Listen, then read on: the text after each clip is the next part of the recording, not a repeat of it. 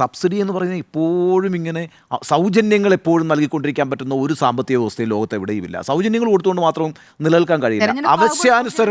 ആവശ്യാനുസരണം ശാസ്ത്രീയമായി ആ സൗജന്യങ്ങൾ പുനഃപരിശോധിക്കുകയും ക്രമീകരിക്കുകയും വേണം.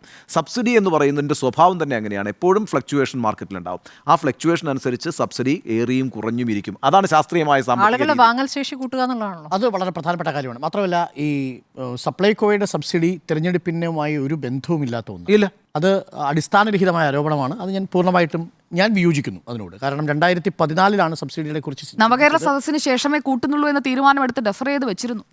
ആ തീരുമാനമല്ല ഈ ഘട്ടത്തിൽ നടപ്പിലാക്കിയിരിക്കുന്നത്. പകരം സർക്കാർ നടപ്പിലാക്കിയിരിക്കുന്നത് 2023 മുതൽ സപ്ലൈകോ വലിയ നഷ്ടത്തിലാണ്, വലിയ പ്രതിസന്ധിയിലാണ്. ആ പണം കിട്ടാനുള്ളതിന് പലതവണ CPM മന്ത്രിമാരോട് കലഹിക്കുന്നത് നമ്മൾ കണ്ടിട്ടുണ്ട്. പക്ഷേ സർക്കാരിൻ്റെ കയ്യിൽ വിഹിതമില്ല എന്ന് പറയുന്നു. അവിടെയാണ് എനിക്ക് വിയോജിപ്പുള്ളത്. അത് നികുതി പിരിച്ചെടുത്ത് കൊടുക്കാമായിരുന്നു എന്നതാണ് എനിക്ക് അതിലുള്ള എൻ്റെ ഒരു ടേക്ക്.